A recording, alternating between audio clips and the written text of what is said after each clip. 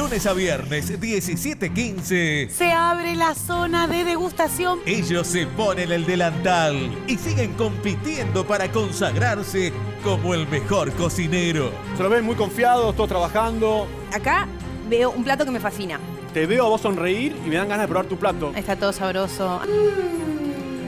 Me parece que está buenísimo. Creo que es tu mejor plato del Gran Premio de la Cocina. Las bombas de papa están muy, pero muy buenas. El Gran Premio de la Cocina. ¿Están listos, cocineros? Lunes a viernes, 17:15. Por Canal 10.